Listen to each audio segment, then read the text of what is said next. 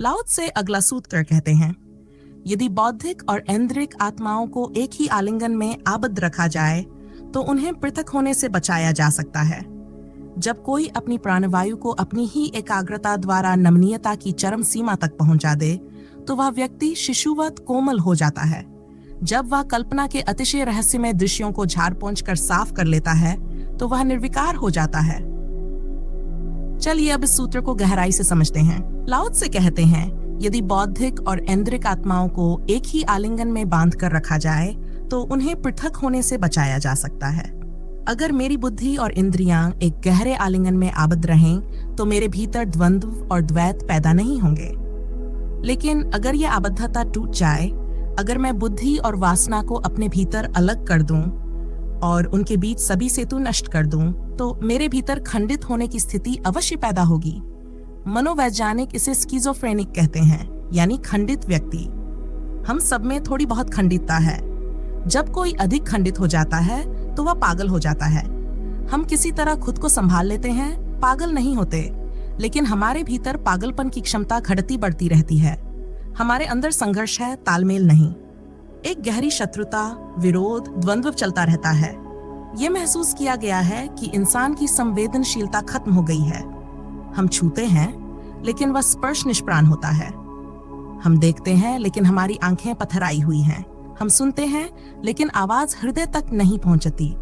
हमारा प्रेम भी निष्प्राण हो गया है। हमारे कार्य यांत्रिक हो गए हैं। संवेदना को वापस लाना जरूरी है, क्योंकि अगर हम ऐसा नहीं कर सके तो आने वाले समय में न केवल व्यक्ति बल्कि समूह भी पागल हो जाएंगे। लेकिन संवेदना खो क्यों गई है? अगर बचपन की स्मृतियां याद करें तो महसूस करेंगे कि बचपन में छोटी छोटी चीजों में आनंद आता था। सूरज उगता था और हृदय नृत्य करने लगता था। अब भी वही फूल खिलते हैं, वही सूरज उगता है, लेकिन वह आनंद नहीं होता। लाओ त्से कहते हैं, इसका कारण यह है कि आलिंगन टूट गया है। बुद्धि और इंद्रिय तल दो हो गए हैं। इंद्रियों में संवेदना होती है, बुद्धि उसे अनुभव करती है। जब ये कड़ी टूटती है तो संवेदना खत्म हो जाती है। जीवन का काव्य, संगीत, रस सब सूख जाता है। बच्चे इस जमीन पर भी स्वर्ग में प्रतीत होते हैं, क्योंकि उनकी इंद्रिय आत्मा और बुद्धि आत्मा में कोई फासला नहीं है। जब वे भोजन करते हैं तो उनकी पूरी आत्मा भोजन से आनंदित होती है। जब वे नाचते हैं तो उनकी आत्मा भी नाचती है। वे अद्वैत में होते हैं। इसलिए बच्चे आनंद और प्रेम को पूरी गहराई से अनुभव कर पाते हैं, जबकि हम, जो अनुभव में अधिक सक्षम होने चाहिए, ऐसा नहीं कर पाते, क्योंकि हमारी संवेदनशीलता खो गई है। जब मैं आपके हाथ को छूती हूँ, अगर मेरा हाथ ही जड़ है तो क्या संवेदना होगी? यही हमारी स्थिति हो गई है। महात्मा गांधी के 3 गुरुओं में से एक थे हेनरी थारो। हेनरी थारो के बारे में कहा जाता है कि लोग जब उनका हाथ छूते थे तो ऐसा लगता था जैसे किसी मुर्दा आदमी का हाथ छू रहे हों। मित्रों ने अपने संस्मरणों में लिखा है कि अगर आंख बंद करके हेनरी थारो का हाथ छू लिया जाए तो ये बताना मुश्किल हो जाता है कि वह लकड़ी का हाथ है या किसी जीवित व्यक्ति का। हेनरी थारो के हाथ शायद ज्यादा संवेदना शून्य हो गए थे, लेकिन हमारा भी कुछ ऐसा ही हाल है। अगर हाथ में संवेदना हो, हाथ जीवंत हो, हाथ का प्रत्येक रोम रोम, हर अणु, हर कोश बिजली से भर जाए, तो ही बुद्धि उस स्पर्श के आनंद को ग्रहण कर सकती है। लेकिन अगर हाथ ही मुर्दा हो तो बुद्धि तक कोई खबर नहीं पहुंचती, और जब बुद्धि तक खबर नहीं पहुंचती तो वह अनुभव अधूरा रह जाता है। इंद्रियां बुद्धि के द्वार है और शरीर आत्मा का साधन है। शरीर आत्मा का विस्तार है इस स्थूल जगत में। अगर हम शरीर से दुश्मनी कर लें तो हम अस्तित्व से भी अपना संबंध तोड़ लेते हैं। जिस अनुपात में शरीर से हमारा संबंध टूटता है, उसी अनुपात में हमारा अस्तित्व से भी संबंध टूटता जाता है। हम प्रेम करते हैं, करुणा दिखाते हैं, मित्रता बनाते हैं, लेकिन उसमें एक फासला बना रहता है। उस फासले के आर पार खड़ा होना और पार करना बेहद कठिन हो जाता है। लाओ त्से कहते हैं कि यह द्वैत हमारी बुद्धि और हमारी इंद्रियों के बीच के फासले से उत्पन्न होता है। यह फासला उपयोगी हो सकता है, लेकिन इसे समय पर समाप्त करना भी जरूरी है। इसे सीढ़ी की तरह इस्तेमाल करना चाहिए। जीसस ने कहा है कि स्वर्ग के राज्य में वही प्रवेश करेंगे जो बच्चों की भांति हो जाएंगे। पुनः बच्चे बनना, उतने ही संवेदनशील होना जितने बच्चे होते हैं, जिनके हर अनुभव की गहराई उनकी आत्मा तक उतरती है। बच्चे का अद्वैत अद्वितीय है, लेकिन वह अज्ञान से भरा होता है। ज्ञानी को वही अद्वैत चाहिए, लेकिन ज्ञान से भरा हुआ। बच्चे में निर्दोषता होती है, लेकिन वह अज्ञान पूर्ण होती है। ज्ञानी में वही निर्दोषता चाहिए, लेकिन प्रज्ञा से परिपूर्ण। बच्चे का अद्वैत टूटता है क्योंकि वह उसकी अपनी उपलब्धि नहीं है। परिस्थितियां और संघर्ष उस अद्वैत को तोड़ देते हैं, लेकिन ये जरूरी नहीं कि अद्वैत टूटकर व्यक्ति जीवन भर अधूरा ही रहे। जीवन में ऐसा भी हो सकता है कि वह अद्वैत पुनः स्थापित हो और पहले से अधिक समृद्ध हो, क्योंकि अनुभव उसमें नई गरिमा जोड़ देता है। लाओ त्से कहते हैं कि जो कुछ भी करो उसमें पूरे के पूरे लीन हो जाओ। अगर चल रहे हो तो चलने वाले ना रहो, चलने की क्रिया ही बन जाओ। भोजन कर रहे हो तो भोजन करने वाले ना रहो, भोजन ही बन जाओ। देख रहे हो तो आंख ही बन जाओ। जो कुछ भी करो उसमें इतनी समग्रता से डूब जाओ कि भीतर कोई भी फासला ना बचे। जब यह फासला टूट जाता है तो बुद्धि और वासना, इंद्रिय और विवेक, आत्मा और शरीर के बीच सेतु निर्मित हो जाता है। वे दोनों आलिंगन में आबद्ध हो जाते हैं। तंत्र इस आलिंगन को आंतरिक मैथुन कहता है। जब भीतर की चेतना और भीतर की वासना एक हो जाती है। तंत्र में बुद्धि को पुरुष और शरीर की प्रकृति को स्त्री कहा गया है। जब भीतर की स्त्री और पुरुष आलिंगन में बंधते हैं तो परम समाधि फलित होती है। उसी आलिंगन की बात लाओ से करते हैं। जो भी किया जाए उस क्रिया में मेरे भीतर दो मौजूद ना हो। छोटा से छोटा काम भी मुझे पूरी तरह डुबा ले। हर छोटी से छोटी क्रिया में मेरी लीनता परिपूर्ण हो जाए। मैं खुद को उसमें पूरी तरह समर्पित कर दूं। मेरा बचना ही द्वैत है। मेरा पूरी तरह से एक हो जाना ही निर्द्वंता है, निद्वंदता है। यही आलिंगन की पूर्णता है। लेकिन यह प्रक्रिया पूरे जीवन में फैलानी पड़ती है। अभी ये कठिन है क्योंकि हमारे भीतर शारीरिक और मानसिक व्यवस्थागत फासले बन चुके हैं। जब तक वे फासले ना टूटे तब तक ये लीनता की साधना मुश्किल है। वे फासले यांत्रिक हो गए हैं। हमें पहले उन यांत्रिक भूलों को पहचानना और तोड़ना होगा। जब आप कोई काम करते हैं और ये सोचते हैं कि आपको पूरी तरह उसमें लीन होना है, तो ये ख्याल भी द्वैत पैदा कर देता है। भोजन करते समय अगर आप सोचें कि मैं पूरी तरह भोजन में डूबा रहूं, तो ये सोच ही आपको लीन नहीं होने देगी। यह हमारी यंत्रगत भूल है। छोटे बच्चे को सोते हुए देखें तो उसका पेट ऊपर नीचे होता है, छाती नहीं। बच्चा जब श्वास लेता है तो उसका पेट हिलता है, छाती स्थिर रहती है। लेकिन जैसे जैसे हम बड़े होते हैं, श्वास छाती से चलने लगती है। लाओ त्से कहते हैं कि जैसे ही व्यक्ति के भीतर इंद्रिय और बुद्धि के बीच फासला बढ़ता है, श्वास छाती से चलने लगती है। यह फासला जितना बढ़ता है, श्वास उतनी ही ऊपरी सतह से होकर लौटती है। बच्चे की श्वास पेट से चलती है क्योंकि उसमें तनाव नहीं होता। जब हम सोते हैं तो हमारी श्वास भी पेट से चलने लगती है, क्योंकि नींद में हम अपने फासले को बचा नहीं सकते। बेहोशी में श्वास की स्वाभाविक प्रक्रिया शुरू हो जाती है। जापानी लोग श्वास के इस केंद्र को तानदेन कहते हैं, जो नाभि से 2 इंच नीचे होता है। जब व्यक्ति तनावग्रस्त होता है तो श्वास का बिंदु तानदेन से ऊपर खिसक जाता है। जितना ऊपरी स्तर से आप श्वास लेते हैं उतने ही तनावग्रस्त होंगे, और जितना गहराई से श्वास लेंगे उतने ही विश्राम में होंगे। लेकिन आजकल लोगों को सिखाया जाता है कि छाती से श्वास लो। ये भ्रम है कि छाती बड़ी होनी चाहिए। ये सोच भीतर तनाव और अस्वाभाविकता पैदा करती है। जापान और चीन में बुद्ध और लाओ त्से की मूर्तियां देखें तो उनमें पेट बड़ा और विश्राम में होता है, जैसे बच्चों का होता है। लेकिन हमारी मूर्तियां छाती को बड़ा दिखाने पर जोर देती हैं। लाओ त्से 3 केंद्र मानते हैं: नाभि केंद्र, हृदय केंद्र और मस्तिष्क केंद्र। नाभि केंद्र अस्तित्व का सबसे गहरा केंद्र है, हृदय उससे कम गहरा है और मस्तिष्क सबसे सतही है। बुद्धिवादी लोग अस्तित्व से सबसे दूर होते हैं। वे सतह पर जीते हैं जहां तर्क और गणित साफ होते हैं, लेकिन गहराई में जाने पर तर्क और गणित खो जाते हैं। हृदय में उतरने से प्रेम और भक्ति का जन्म हो सकता है। इसलिए बुद्धिवादी हृदय की बात से डरते हैं। जितना बुद्धिवादी होगा, श्वास उतनी ऊपरी सतह से चलेगी। लेकिन हृदयवादी व्यक्ति की श्वास गहरी होती है। श्वास की ऊंचाई और गहराई से किसी व्यक्ति के स्वभाव को जाना जा सकता है। लाओ त्से कहते हैं कि हृदय भी आखिरी गहराई नहीं है और उससे गहरे उतरना जरूरी है। वह गहराई तानदेन में है। नाभि से श्वास चलनी चाहिए। नाभि से जिसकी श्वास चल रही है वह अस्तित्व से वैसे ही जुड़ा हुआ है जैसे छोटे बच्चे जुड़े होते हैं। जब कोई अपनी प्राणवायु को अपनी ही एकाग्रता के द्वारा नमनीयता की चरम सीमा तक पहुंचा दे तो वह व्यक्ति शिशुवत कोमल हो जाता है। नमनीयता का अर्थ है तनाव शून्य तरलता। अगर आप पूरी तरह से तनाव मुक्त हों तो श्वास अनिवार्य रूप से नाभि केंद्र तक पहुंच जाएगी। शांत होकर शिथिल होकर देखें तो श्वास नाभि से चलने लगेगी, लेकिन हम खुद को ढीला छोड़ते नहीं हैं। इसका कारण सिर्फ ये नहीं है कि हम अपनी छाती को बड़ा दिखाना चाहते हैं, इसके पीछे और भी गहरे कारण हैं। फ्रायड ने कहा है कि बच्चे अपने शरीर का बोध सबसे पहले तब होता है जब वह अपनी काम इंद्री को छूता है, लेकिन उस समय माँ बाप उसे रोकते हैं। बच्चे को यह पहली बार महसूस होता है कि शरीर में कोई ऐसा हिस्सा है जो अस्वीकार्य है। ये बोध धीरे धीरे गहराता है और बच्चे के भीतर एक फासला पैदा हो जाता है। जैसे ही ये फासला पैदा होता है, उसकी श्वास ऊपर से चलने लगती है। तानदेन का बिंदु नाभि के नीचे होता है। अगर श्वास वहां तक पहुंचे तो जनेंद्रिय पर उसका असर होता है। समाज और परिवार ने जनेंद्रिय को पाप और अपराध से जोड़ा है, इसलिए हम डरते हैं कि कहीं हमारी श्वास वहां तक ना पहुंच जाए। यही डर तानदेन को सप्रेस कर देता है। रात के समय जब हम गहरी नींद में होते हैं तो श्वास तानदेन तक पहुंचती है। यही कारण है कि हर पुरुष को सोते समय इरेक्शन होता है।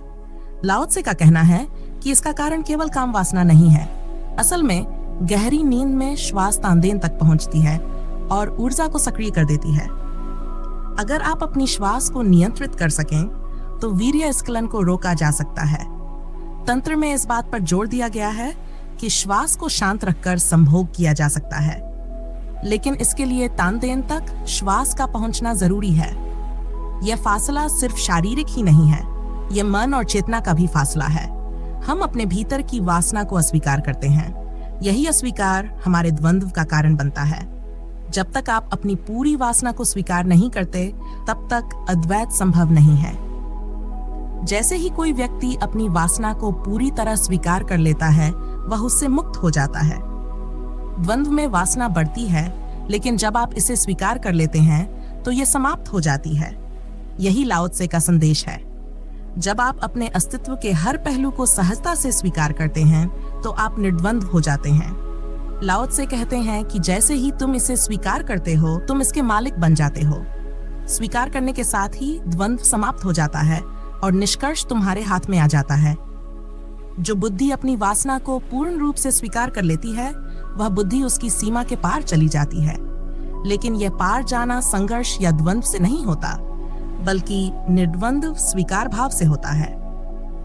ताओ की साधना में पहला कदम है प्राणवायु को नाभि तक ले जाना। जब श्वास भीतर जाए तो पेट उठे और जब श्वास बाहर आए तो पेट नीचे गिरे। सीना शिथिल और शांत रहे। पुरुषों के लिए यह थोड़ा आसान हो सकता है, लेकिन महिलाओं के लिए कठिन, क्योंकि समाज ने उन्हें अपने शरीर को लेकर गलत धारणाओं में जकड़ रखा है। श्वास को नाभि तक लाना आपके जीवन को बदल सकता है। 3 सप्ताह के अभ्यास से ही आप महसूस करेंगे कि आपका क्रोध कम हो गया है, ईर्ष्या घट गई है, तनाव मिट गए हैं और नींद गहरी हो गई है। आपका व्यक्तित्व संतुलित होने लगता है। श्वास साधारण चीज नहीं है, यह आपके पूरे प्राण तंत्र से जुड़ी है। क्रोध के समय आप लयबद्ध श्वास नहीं ले सकते। अगर लयबद्ध श्वास लें तो क्रोध आ ही नहीं सकता। ताओ प्राण साधना का दूसरा हिस्सा है श्वास बाहर छोड़ने पर ध्यान देना। श्वास को जितना बाहर उलीचा जा सके उलीच देना। भीतर आने वाली श्वास पर कोई जोर न डाले, इसे परमात्मा पर छोड़ दें। लेकिन छोड़ने की प्रक्रिया पूरी तरह से अपनी जिम्मेदारी बनाएं। हमारी प्रवृत्ति हमेशा लेने की होती है, छोड़ने की नहीं। यह सिर्फ श्वास का सवाल नहीं है, हमारे पूरे जीवन का नियम बन चुका है। हम लेना चाहते हैं, देना नहीं।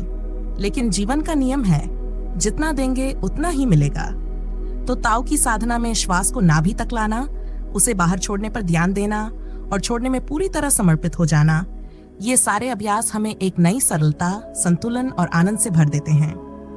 ताओ कहता है कि श्वास को पूरी तरह उलीच दो, लेने की चिंता छोड़ दो। लेना तो स्वाभाविक रूप से हो जाएगा। जितना अधिक श्वास को बाहर फेंकोगे, उतनी ताजी प्राणवायु भीतर आएगी। लाओ त्से कहते हैं, श्वास को छोड़ने पर ध्यान दो, लेने की चिंता मत करो। प्रकृति इसे अपने आप संभाल लेगी। जब श्वास को फेंकते हैं तो एक हल्कापन आता है। लेने में हमेशा एक भार होता है, जबकि छोड़ने से व्यक्ति निर्भर हो जाता है। तीसरा सूत्र यह है कि श्वास के साथ एक हो जाओ। जब श्वास बाहर जाती है तो महसूस करो कि तुम भी बाहर जा रहे हो। जब श्वास भीतर आती है तो समझो कि तुम भीतर आ रहे हो। लाओ त्से कहते हैं, श्वास के साथ अपनी पहचान बनाओ। श्वास के साथ मैं बाहर जाता हूँ, श्वास के साथ मैं भीतर आता हूँ। यह अनुभव करते करते एक अद्वैत की अनुभूति होती है। यदि ये 3 सूत्र, श्वास को नाभि से जोड़ना, छोड़ने पर ध्यान देना और श्वास के साथ एक होना, आपके जीवन का हिस्सा बन जाएं, तो जीवन में कोमलता आ जाती है। ये कोमलता बच्चे जैसी होती है। बच्चा दिखने में कमजोर होता है, लेकिन वह जीवन से भरा होता है। वहीं सख्त होना मृत्यु के करीब जाने जैसा है। जैसे जैसे कोई कठोर होता है, वह जीवन से दूर होता है। कोमलता ही सच्ची ताकत है। लाओ से कहते हैं कि श्वास पर यह साधना हो जाए तो जीवन के सभी पहलुओं में यह सहजता और तरलता उतर आती है। आपकी श्वास आपके पूरे व्यक्तित्व का दर्पण है। आप अपनी श्वास से जान सकते हैं कि आप कैसे व्यक्ति हैं। लाओ त्से साधना के इच्छुक व्यक्ति से पहले उसकी श्वास की प्रकृति को समझते थे। 7 दिन तक उसे हर स्थिति में, सोते, जग, क्रोध में, प्रेम में उसकी श्वास को देखते। जब तक वह श्वास को पूरी तरह समझ ना लेते, साधना का कोई सूत्र नहीं देते। श्वास ही साधना का मूल है। जापान में हाराकिरी शब्द का अर्थ है आत्मघात, लेकिन इसका गहरा अर्थ है केंद्र को पहचानना। हारा का अर्थ है वह केंद्र जहां से जीवन शुरू होता है। हाराकिरी करने के लिए पहले हारा को जानना जरूरी है। इसी केंद्र को पहचानने की साधना ताओ के इन 3 सूत्रों के माध्यम से संभव होती है। तानदेन, नाभि से 2 इंच नीचे। अगर आप श्वास को नाभि से लेते रहें तो धीरे धीरे उस स्थान पर केंद्र का अनुभव होने लगेगा। वह केंद्र इतना स्पष्ट हो जाता है कि लगता है पूरा शरीर बस एक परिधि है और वह केंद्र उसका आधार। जब यह अनुभूति इतनी गहरी हो जाए कि सोते जागते उठते बैठते आप उस केंद्र के स्मरण से भरे रहें, जैसे भीतर एक दिया जल रहा हो, तब उस केंद्र का नाम हारा है। जब यह हारा दिए की ज्योति की तरह भीतर जलने लगता है, तब व्यक्ति की मृत्यु नहीं होती। शरीर से जुड़ाव खत्म हो जाता है और यह ज्योति परम ज्योति में विलीन हो जाती है। ये केंद्र ना बुद्धि में है, ना हृदय में, ये नाभि के पास है। और ये बात महत्वपूर्ण है कि बच्चा गर्भ में ना तो श्वास लेता है, ना उसका हृदय धड़कता है, लेकिन वह नाभि के सहारे जीवित रहता है। इसका अर्थ है कि जीवन के लिए ना हृदय अनिवार्य है, ना बुद्धि, पर नाभि का जुड़ाव अनिवार्य है। माँ से अलग होते ही नाभि से संबंध तोड़ा जाता है ताकि बच्चा स्वयं श्वास ले सके, अपना व्यक्तित्व विकसित कर सके। इसी तरह नाभि से एक और धागा हमारे अस्तित्व, हमारे परमात्मा से जुड़ा है। जो व्यक्ति इस धागे को पहचान लेता है वह सरल हो जाता है। फूलों की तरह, बच्चों की तरह, पशुओं की आंखों की तरह तरल हो जाता है। ये तरलता और सरलता पाने के लिए लाओ त्से कहते हैं कि कल्पना के जालों को तोड़ना होगा। हमारी बुद्धि में ना जाने कितनी कल्पनाओं का संग्रह है। धर्म, ईश्वर, स्वर्ग, नरक सब कल्पना का खेल है, लेकिन इन जालों को तोड़ने के लिए बुद्धि का सहारा लेना व्यर्थ है। बुद्धि से आप एक कल्पना को तोड़ेंगे तो दूसरी पकड़ लेगी। तर्क से तर्क कट सकता है, पर तब नया तर्क जाल बन जाएगा। लोग अक्सर एक गुरु को छोड़कर दूसरे को पकड़ लेते हैं, एक शास्त्र को त्याग कर नया शास्त्र अपनाते हैं। लेकिन असली सवाल है कि इस केंद्र पर कैसे पहुंचा जाए, जहां ना बुद्धि रह जाए, ना कल्पना का कोई जाल। लाओ त्से कहते हैं, श्वास को नाभि पर लाना और वहां से अनुभव करना सबसे गहरा मार्ग है। जैसे ही आप नाभि से श्वास लेने लगते हैं, अहंकार स्वतः गिरने लगता है। आपको इसे छोड़ने की कोशिश भी नहीं करनी पड़ती। श्वास के साथ केंद्र पर आना, कल्पना के जाल को तोड़ना और अहंकार से मुक्त होना, यही अस्तित्व से जुड़ने का मार्ग है। लाओ त्से अपने शिष्यों की परीक्षा लिया करते थे। वह उन्हें सवाल देते, वे सही जवाब लाते और लाओ त्से जवाब को फाड़ कर फेंक देते। वह उनके पेट पर हाथ रखकर कहते, सवाल बेकार गया क्योंकि जवाब गलत है। एक बार एक युवक ने कहा, तुम पागल तो नहीं हो? जो आपने समझाया मैंने वही लिखा है। लाओ त्से ने कहा, जवाब सही है, लेकिन तुम्हारी श्वास नाभि से नहीं चल रही। ये जवाब तभी सही हो सकता है जब ये तुम्हारे भीतर से आए। तुमने इसे सिर्फ सुना है, अनुभव नहीं किया। च्वांगत से लाओ त्से का सबसे बड़ा शिष्य परीक्षा के दिन बिना कागजात खाली हाथ आकर बैठ गया। लाओ त्से ने पूछा, तुमने कुछ लिखा नहीं? च्वांगत से ने उत्तर दिया, अगर मैं खुद जवाब नहीं हूं तो मेरे लिखे का क्या उपयोग? उसने अपने कपड़े उतार दिए और नग्न होकर लेट गया। उसने कहा, मेरी श्वास देख लो। लाओ त्से ने देखा कि उसकी श्वास नाभि से चल रही थी। लाओ त्से ने कहा, तू उत्तीर्ण हो गया, अब कुछ पूछने की आवश्यकता नहीं। जो जवाब चाहिए वह तेरे भीतर है। लाओ त्से का कहना था कि बुद्धि से चेतना को हटाकर नाभि पर ले आना चाहिए। समाज और शिक्षा ने हमें चेतना को बुद्धि की ओर ले जाने की शिक्षा दी है, लेकिन एक समय आता है जब हमें मूल केंद्र की ओर लौटना होता है। इस मूल केंद्र को खो देना खतरनाक है।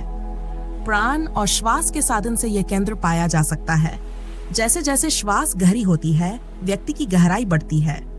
जब श्वास केंद्रित हो जाती है तो व्यक्ति अद्वैत के बिंदु पर पहुंचता है। अपने केंद्र पर जो पहुंच गया वह जगत के केंद्र को पा लेता है। अपने भीतर गहराई में उतरने वाला व्यक्ति विराट के भीतर ऊंचाई को छूता है। यह अद्वैत का आलिंगन है जिसमें व्यक्ति और जगत एक हो जाते हैं। इस साधना का उद्देश्य यह है कि व्यक्ति निसर्ग को पा सके, जो हमारे सोच विचार के पहले और बाद भी विद्यमान रहता है। इसके लिए व्यक्ति को अपने शरीर और आत्मा के बीच की बाधाओं को तोड़ना होगा। अपने भीतर के हर पहलू को स्वीकार करना होगा, क्योंकि जो भीतर है वह परमात्मा का ही अंश है। जिस दिन व्यक्ति सर्व स्वीकृति को प्राप्त कर लेता है, उस दिन शरीर और चेतना एक तरल धारा बन जाते हैं। शरीर ठोस आत्मा और आत्मा तरल शरीर बन जाती है। तब शरीर और आत्मा एक ही सिक्के के दो पहलू हो जाते हैं। यही वह अनुभव है जब व्यक्ति पत्थर में भी परमात्मा को देखता है। आशा है कि आपको हमारा ये विश्लेषण पसंद आया होगा। लाओ त्से द्वारा बोले गए सभी सूत्रों के ऐसे ही विश्लेषण के लिए हमारे चैनल को सब्सक्राइब करना ना भूलें। धन्यवाद।